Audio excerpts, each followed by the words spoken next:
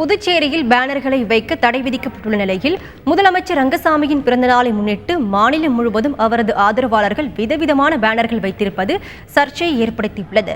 புதுச்சேரி மாநில முதலமைச்சர் ரங்கசாமி தனது 65வது பிறந்தநாளை தினத்தை நாளை கொண்டாட உள்ளார். இதற்காக அவரது ஆதரவாளர்கள் மாநிலம் முழுவதும் விளம்பர பேனர்கள் வைக்க தொடங்கியுள்ளனர். லிங்க சிலையை சுமந்திருப்பது, புல்லட்டில் வருவது, காமராஜருடன் பேசிக் கொண்டிருப்பது, சிங்கத்துடன் இருப்பது என விதவிதமான பேனர்களில் ரங்கசாமியை சித்தரித்து பேனர்கள் வைக்கப்பட்டுள்ளன. முதலமைச்சரின் பிறந்தநாளை தங்கள் குடும்ப விழாவாக கொண்டாடி வருவதாக அரசு ஊழியர்கள் தெரிவித்துள்ளனர்.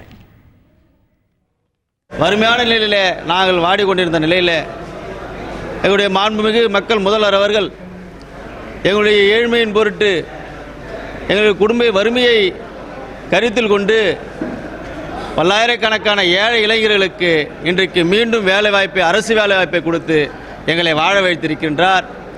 இங்கே இந்த புதுவை மாநிலத்தை காக்கக்கூடிய ஏழை எளிய இளைஞர்களை காக்கக்கூடிய ஒரு குலசாமியாக இன்றைக்கு அவர் எங்களுக்கு காட்சி தருகின்றார்.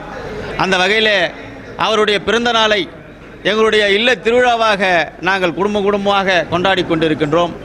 ஆனால் புதுச்சேரி மாநிலத்தில் பேனர் தடை சட்டம் நடைமுறையில் இருக்கும் போது இதுபோன்ற பேனர்கள் வைப்பது எதிர்க்கட்சியினரின் விமர்சனத்திற்கு உள்ளாகியுள்ளது. இந்த பேனர்கள் வைத்தவர்கள் மீது உரிய நடவடிக்கை எடுக்க வேண்டும் என சட்டமன்ற எதிர்க்கட்சித் தலைவர் வைத்தியலிங்கம் வலியுறுத்தியுள்ளார். பேனர்களை வைப்பது யார் என்று சொல்லக்கூடிய அளவிற்கு அது போட்டி நடந்து கொண்டிருக்கின்றது.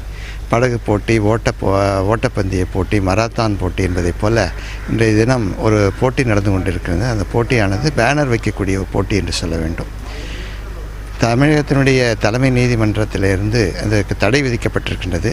தமிழகம் முழுவதும் சரி, அது புதுவையும் சார்ந்ததாக இருக்கின்றது. ஆனால் அந்த தடையும் மீறி இன்றைய தினம் அந்த பேனர் போட்டியானது நடந்து கொண்டிருக்கிறது.